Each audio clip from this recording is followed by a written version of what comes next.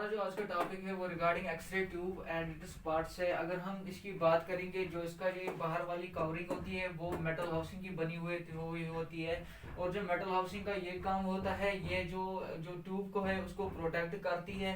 उसके बाद अगर हम यहाँ पे देखेंगे, यहाँ पे हमारे दो टाइप्स ऑफ ट्रांसफार्मर्स होते हैं। एक तो स्टेप अप ट्रांसफार्मर होता है और स्टेप डाउन ट्रांसफार्मर होता है। और अगर हम ट्रांसफार्मर की बात करें, ट्रांसफार्मर वो एक डिवाइस होती है जो इनपुट वोल्टेज को आउटपुट वोल्टेज में कन्वर्ट करती है, और ये फंक्शन करती है on principle of electromagnetic induction. उसके बाद जो स्टेप अप ट्रांसफार्मर होता है, स्टेप अप ट्रांसफार्मर वो ट्रांसफार्मर होता है जो लो वोल्टेज को हाई वोल्टेज में कन्वर्ट करता है, low voltage to high voltage में कन्वर्ट करता है। और जो स्टेप डाउन होता है वो हाई वोल्टेज को लो वोल्टेज में कन्वर्ट कर देता है। उसके बाद अगर हम देखेंगे, यहाँ पे हमारा अपना आ जाता है ट्यूब हेड आ जाता है हमारा अंदर का, और एक आ जाता है एनोड और आता है कैथोड। एनोड जो होता है वो पॉजिटिवली चार्जेड होता है, और जो कैथोड होता है वो नेगेटिवली चार्जेड होता है। तो उसके बाद हम बात करते हैं direct inside the tube head. जो ये ट्यूब हेड है इसकी हम बात करेंगे। ट्यूब हेड में आ जाता है अपना कैथोड। कैथोड जो होता है वो नेगेटिवली चार्जड होता है। और जो कैथोड है इसके दो पार्ट्स आ जाते हैं हमारे, कैथोड के दो पार्ट्स आ जाते हैं। एक तो टंगस्टेनियम फिलामेंटम आ जाता है और मॉलिब्डेनम कप आ जाता है। जो टंगस्टेनियम फिलामेंटम, ये देखिए मैंने यहाँ पे आपको ये हाईलाइट करके रखा है, जो ये टंगस्टेनियम फिलामेंटम है ये मॉलिब्डेनम कप है। जो टंगस्टन फिलामेंटम है इसमें क्या हो जाता है, इसमें प्रोडक्शन ऑफ इलेक्ट्रॉन्स हो जाते हैं। जब इलेक्ट्रिक करंट कैथोड से आता है तो यहाँ पे प्रोडक्शन ऑफ इलेक्ट्रॉन्स आ जाते हैं। प्रोडक्शन ऑफ इलेक्ट्रॉन्स होती है क्योंकि जब करंट आया तो यहाँ पे ये हीट अप होगा, इसकी वजह से प्रोडक्शन ऑफ इलेक्ट्रॉन्स होंगे। और मॉलिब्डेनम कप वो कप होता है जहाँ पे ये इलेक्ट्रॉन्स है आपस में एग्रीगेट हो जाते हैं, मिल जाते हैं, इसको हम बोलते हैं मॉलिब्डेनम कप। तो उसके बाद अगर हम बात करेंगे, हम एनोड की बात करेंगे। जो एनोड होता है वो पॉजिटिवली चार्जड होता है, और ये इसके दो पार्ट्स होते हैं। एक तो होता है टंगस्टेनियम टारगेट होता है और कॉपर स्टम होता है। जो टंगस्टेनियम टारगेट होता है वो it is useful for the production of the X-rays, यहाँ से एक्सरेज निकल जाती है हमारी। और जो कॉपर स्टम होता है ये हीट को डिसिपेट करता है, ठीक है। जो कॉपर स्टम है वो help us in the dissipation of heat. तो उसके बाद अगर हम बात करेंगे, यहाँ पे आ जाते हैं हमारे बहुत सारे parts. Let's talk of this window. जो यहाँ पे ये विंडो है, यहाँ से, यहाँ पे जो विंडो है यहाँ से जो एक्सरेज हैं वो एग्जिट करते हैं, वो बाहर निकलते हैं। जब कैथोड को हमने इलेक्ट्रिक करंट दिया, यहाँ की वजह से जो टंगस्टन फिलामेंटम होगा वहां से इलेक्ट्रॉन्स जो है इलेक्ट्रॉन्स बनने शुरू हो जाएंगे। फिर वो मॉलिब्डेनम कप में वो एग्रीगेट हो जाएंगे। वहां से लेकर ये यहाँ पे जो एनोड का पार्ट होता है टंगस्टेनियम टारगेट, वहां पे स्ट्राइक करके जो है यहाँ पे एक्सरेज बन जाती है। क्या बन जाती है? एक्सरेज बन जाती है। तो उसकी वजह से अगर हम देखेंगे, जो विंडो है, विंडो से एक्सरे जो है वह एग्जिट हो जाते हैं। और उसके बाद अगर हम देखेंगे, जो विंडो के नीचे है उसको बोलते हैं एल्युमिनियम डिस्क्स। एल्युमिनियम डिस्क्स वो क्या होती है, ये 0.5 मिलीमीटर थिक होती है। और जो यहाँ से जो एक्सरेज निकलती है, जो एग्जिट करती है, उनको फिल्ट्रेशन में मदद करता है, उनको फिल्ट्रेट करता है। उसके बाद आता है हमारा कॉलीमीटर्स, ठीक है।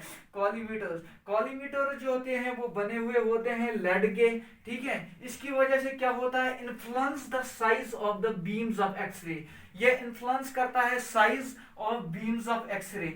फॉर एग्जाम्पल अगर हम देखेंगे, कॉलीमीटर्स की बात करेंगे, लेट्स हमने यहाँ पे दो ड्रा किए हैं। For example let it be circular. अगर हम मिडल पॉइंट की बात करेंगे, यहाँ पे एक सुराख है, यहाँ पे छोटा है, यहाँ पे बड़ा है। इसका मतलब ये डिपेंड होता है ओपनिंग पे। Influence of the size of the beam कितना होगा वो डिपेंड करता है ऑन द ओपनिंग पे। उसके बाद अगर हम देखेंगे position indicator device. Position indicator device क्या होती है, ये एक तो डायरेक्शन देती है एक्सरे ट्यूब को, ये देखिए पोजीशन PID, एक तो ये डायरेक्शन देती है, और दूसरा जो है ये शेप ऑफ एक्सरेज जो है ना वो डिफाइन करती है। डायरेक्शन देखती है और शेप ऑफ एक्सरेज वो डिफाइन करती है। तो उसके बाद अगर हम देखेंगे, हम सीधे आ जाएंगे यहाँ पे, उसको बोलते हैं एक्सरेज।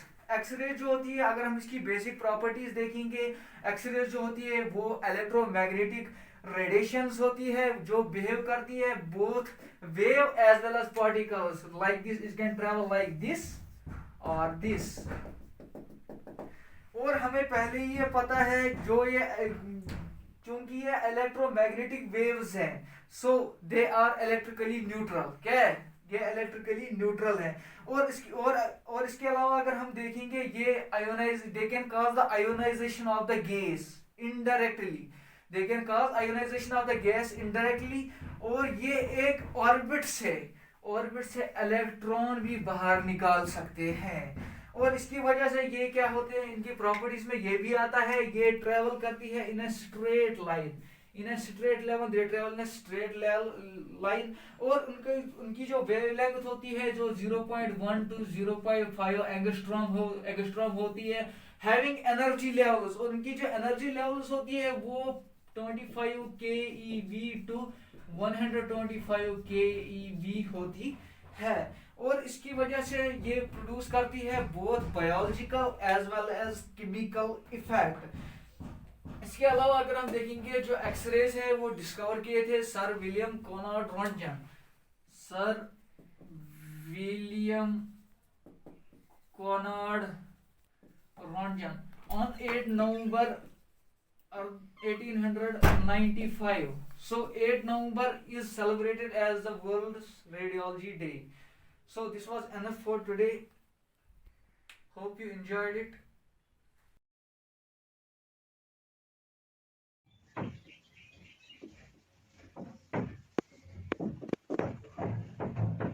आज का जो हमारा टॉपिक है वो रिगार्डिंग जो है रेडियोलॉजी है।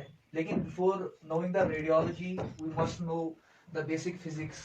So let's start with atomic structure.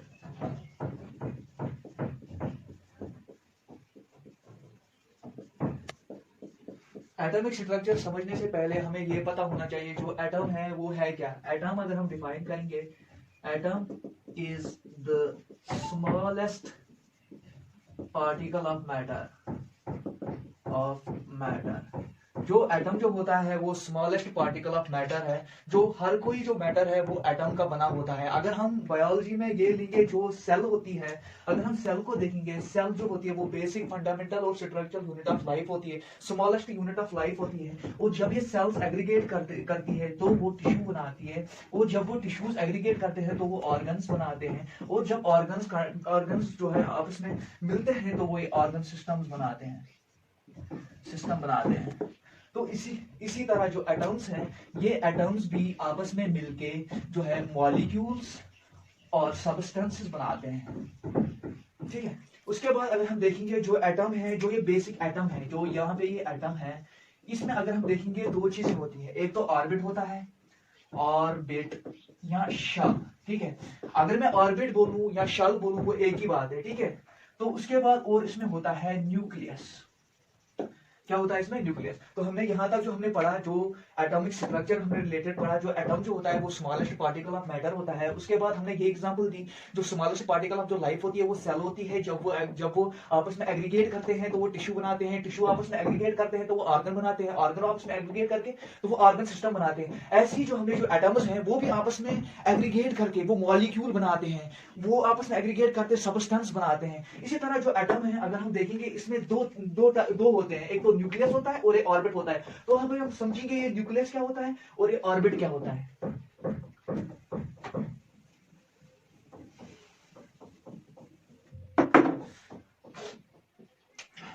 Nucleus और ऑर्बिट। लेकिन बिफोर नोइंग न्यूक्लियस या ऑर्बिट हमें पता होना चाहिए जो एटम्स में है, एटम्स में 3 टाइप्स ऑफ पार्टिकल्स होते हैं। क्या होते हैं? एटम्स में 3 टाइप्स ऑफ पार्टिकल्स होते हैं। Atom consist of 3 particles, one is positive charge, one is negative charge and one is neutral, that is no charge. अगर हम देखेंगे जो है एटम होता है इसमें 3 टाइप्स ऑफ चार्ज होते हैं। एक तो पॉजिटिव चार्ज होता है, नेगेटिव चार्ज होता है और एक वो चार्ज होता है जो जिसका कोई चार्ज ही नहीं होता है, वो न्यूट्रल होता है। ठीक है। जो ये पॉजिटिव चार्ज होता है इसको हम बोलते हैं प्रोटॉन। जो ये न्यूट्रल चार्ज होता है इसको बोलते हैं हम न्यूट्रॉन। और जो नेगेटिव चार्ज उसको बोलते हैं हम electron. So 3 types of particles आ गए, प्रोटॉन आ गया, न्यूट्रॉन आ गया, इलेक्ट्रॉन आ गया। अब हम देखेंगे जो एटम में है उसमें प्रोटॉन कैसे होते हैं, जो न्यूट्रॉन है उनका अरेंजमेंट कैसा होता है, जो इलेक्ट्रॉन है उसका अरेंजमेंट कैसा कैसे होता है। तो अब हम आ जाते हैं कहां पे, सीधा डायरेक्ट स्ट्रक्चर ऑफ एटम पे। Let's draw nucleus. चलो हम यहाँ पे न्यूक्लियस बना लेते हैं। फॉर एग्जाम्पल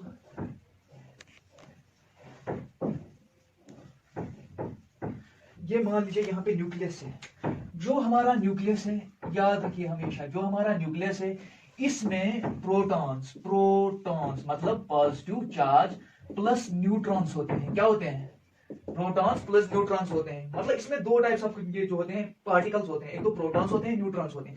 फॉर एग्जाम्पल अगर हम देखेंगे इस न्यूक्लियस में, यहाँ पे अगर हम देखेंगे यहाँ पे प्रोटॉन होगा, फॉर एग्जाम्पल यहाँ पे प्रोटॉन होगा, यहाँ पे प्रोटॉन होगा, यहाँ पे प्रोटॉन होगा, यहाँ पे प्रोटॉन होगा, यहाँ पे प्रोटॉन होगा। तो इसका मतलब जो न्यूक्लियस में होता है इसमें एक तो पॉजिटिव चार्ज है और इसमें एक मतलब न्यूट्रॉन्स है, न्यूट्रॉन्स का कोई चार्ज नहीं होता। तो हम ये प्रेडिक्ट कर सकते हैं जो न्यूक्लियस है वो पॉजिटिव चार्ज होता है। क्या होता है, पॉजिटिव चार्ज। हम प्रेडिक्ट कर सकते हैं पॉजिटिव चार्ज। उसके बाद मैंने बोला था या तो मैं शेल्स बोलूंगा या ऑर्बिट बोलूंगा। तो मैं यहाँ पे क्या करता हूँ, तो न्यूक्लियस के इर्द गिर्द जो होते हैं यहाँ पे शेल्स या ऑर्बिट्स होते हैं।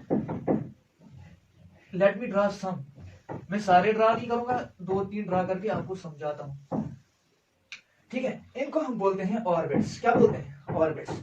देखो भाई लोग, न्यूक्लियस था, इसमें पॉजिटिव चार्ज आ गया, प्रोटॉन आ गया और न्यूट्रॉन आ गया, ठीक है। इसका मतलब ये पॉजिटिव चार्ज होता है, हम प्रेडिक्ट कर सकते हैं। इसके इर्द गिर्द जो है ना यहाँ पे हमारे ऑर्बिट्स और शेल्स आ गए और इसमें जो होते हैं ना हमारे इलेक्ट्रॉन्स घूमते रहते हैं, ठीक है। इलेक्ट्रॉन्स घूमते रहते हैं ऐसे, ठीक है।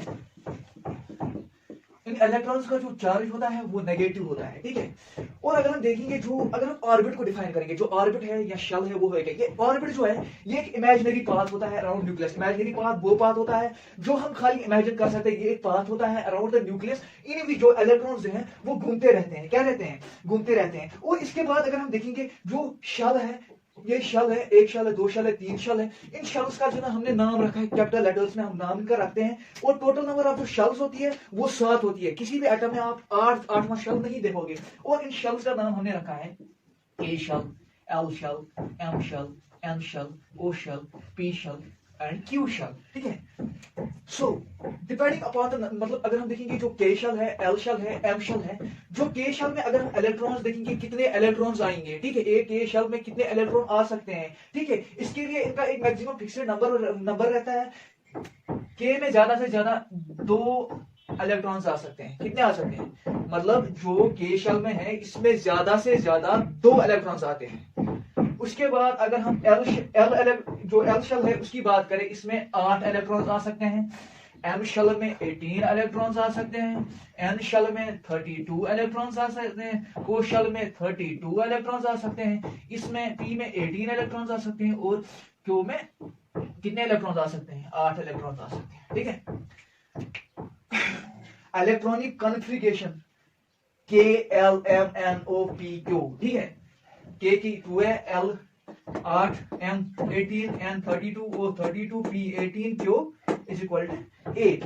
तो यहाँ पे हमारे पास 2 कॉन्सेप्ट्स आते हैं, 2 टर्म्स आते हैं। एक तो होता है मास नंबर, दूसरा होता है एटॉमिक नंबर। मास नंबर अगर हम डिफाइन करेंगे, जो मास नंबर होता है वो number of protons plus neutrons, ठीक है। Number of protons plus neutrons जो होता है वो हमारा आ जाता है मास नंबर। अगर हमें किसी एटम का मास नंबर निकालना है तो number of protons plus neutron जब हम निकालेंगे उसको आएगा अपना मास नंबर। तो उसके बाद अगर हम देखेंगे तो एटॉमिक नंबर अगर हम देखेंगे number of protons equal to number of electrons, ठीक है। एटॉमिक नंबर के लिए हम ये देखिए नंबर ऑफ जो प्रोटॉन्स होती है या नंबर ऑफ इलेक्ट्रॉन्स होती है, इससे हमारे एटॉमिक नंबर का पता चल जाता है, ठीक है। और जो एटम जो होता है, जब फॉर एग्जांपल हमारे पास हाइड्रोजन है या ऑक्सीजन है, हाइड्रोजन और ऑक्सीजन जब मिलते हैं आपस में तो वो मॉलिक्यूल बनाते हैं। और इसी मॉलिक्यूल के बीच फॉर एग्जांपल हमारे पास ए मॉलिक्यूल है, इसको हम बोलते हैं ए मॉलिक्यूल है, ए एटम है। दूसरा हमारे पास बी एटम है। मान के लीजिए आप हमारे पास 2 एटम्स हैं, ठीक है। तो जब ये मॉलिक्यूल्स बनाते हैं, यहाँ पे जो ट्रांसफर, यहाँ पे 2 चीजें हो सकती है, या तो ट्रांसफरिंग ऑफ इलेक्ट्रॉन्स होती है या शेयरिंग ऑफ इलेक्ट्रॉन्स होती है, इलेक्ट्रॉन्स। इसका मतलब क्या हुआ, जो मतलब अगर जो एटम्स होते हैं, हमने मान लिया यहाँ पे ए एटम है या बी एटम है, या तो ट्रांसफर ऑफ इलेक्ट्रॉन्स होती है फ्रॉम ए टू बी या बी टू ए, या शेयरिंग ऑफ इलेक्ट्रॉन्स। शेयरिंग में क्या होता है, शेयरिंग में अगर एक ये इलेक्ट्रॉन देगा तो ये भी वापस में देगा, मतलब शेयरिंग जो होती है वो एक टाइप की केयरिंग होती है। तो इसका मतलब जो depending upon the number of, जो अगर हम देखेंगे जो एटम जो होता है जब ये लॉस करता है electron, when atom losses electron it form positive charge. क्या फॉर्म करता है, पॉजिटिव चार्ज। ये एटम है, इसने लूज इलेक्ट्रॉन किया तो फॉर्म पॉजिटिव चार्ज, ठीक है। और जो एटम गेन करेगा इलेक्ट्रॉन, क्या करेगा, गेन करेगा इलेक्ट्रॉन, उसमें आ जाता है हमारा नेगेटिव चार्ज। तो उसके बाद अगर हम देखेंगे रेडियोलॉजी में कुछ टर्म्स आ जाती है हमारी, ये हमारा बेसिक फिजिक्स था तो इतना आपके लिए काफी था। तो उसके बाद अगर हम देखेंगे रेडियोलॉजी में जो बेसिक टर्म्स हैं, जो पहली है सबसे पहली उसको हम बोलते हैं आयोनाइजेशन। आयोनाइजेशन, आयोनाइजेशन है क्या, सिंपली ये एक प्रोसेस है टू फॉर्म आयंस। क्या है, ये एक प्रोसेस है to produce ions. It is a process to produce ions, ठीक है। आयन जो होती है या तो पॉजिटिव आयंस होंगे या नेगेटिव आयंस होंगे। आयंस दो टाइप्स के होते हैं, या तो पॉजिटिव होंगे या तो नेगेटिव होंगे। फॉर एग्जांपल यहाँ पे भी यही आता है, फॉर एग्जांपल अगर एक एटम जो इलेक्ट्रॉन है वो गेन कर लेता है, ठीक है, जब उसने गेन किया उसने एक नेगेटिव चार्ज उसमें आ जाता है, ठीक है। और जब वो लॉस करता है इलेक्ट्रॉन, मतलब छोड़ देता है इलेक्ट्रॉन, तो उसमें पॉजिटिव चार्ज आता है। सो जो आयनाइजेशन होती है वहां पे आयंस बन जाते हैं। इसका मतलब जो आयंस होते हैं या तो ये पॉजिटिव होते हैं या नेगेटिव होते हैं, ठीक है। उसके बाद हम आ जाते हैं यहाँ पे रेडिएशन पे। दूसरा जो है हमारा वो रेडिएशन। रेडिएशन कुछ अगर हम सिंपल में देखेंगे ना, जो रेडिएशन होती है ना, is the propagation of energy, the propagation of energy, ठीक है, प्रोपगेशन ऑफ एनर्जी। सिंपली अगर हम जो रेडिएशन, मैं फिर से बोलता हूं, जो रेडिएशन है ये प्रोपगेशन ऑफ एनर्जी होती है दो फॉर्म में, या तो ये वेव फॉर्म में होगी या पार्टिकल फॉर्म में होगी। ये आ गई अपनी वेव फॉर्म, तो ऐसे होगी, तो ऐसे ऐसे ऐसे, ये पार्टिकल फॉर्म में होगी, ठीक है। रेडियोलॉजी में हमने क्या पढ़ा, एक पढ़ा आयोनाइजेशन। आयोनाइजेशन सिंपली ये प्रोसेस है to produce the ions, whether positive और नेगेटिव। उसके बाद हमने रेडिएशन पढ़ा। रेडिएशन जो होती है ना, ये propagation of light, propagation of energy होती है इन द वेव और पार्टिकल फॉर्म। उसके बाद जो हमने पढ़ना है वो है रेडियो एक्टिविटी।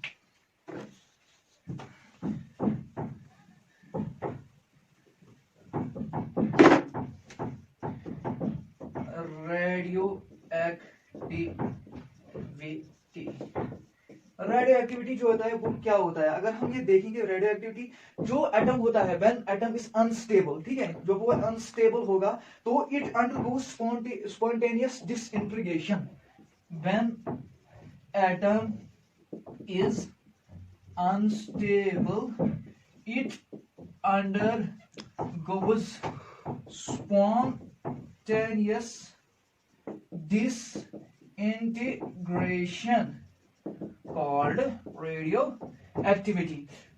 जो एटम होता है जब वो अनस्टेबल होता है, अनस्टेबल, अगर हम अनस्टेबिलिटी की बात करें तो ये बेटर किसमें, ये हमारा ऑक्टेट्स लॉ, जो ऑक्टेट्स लॉ है, ऑक्टेट्स लॉ, उसमें हम जो अगर हम पढ़ेंगे जो ऑक्टेट्स लॉ होता है, जो एटम होता है टू बी स्टेबल, इसमें बोलता है ये atom to be stable must contain 8 electron in the outermost shell.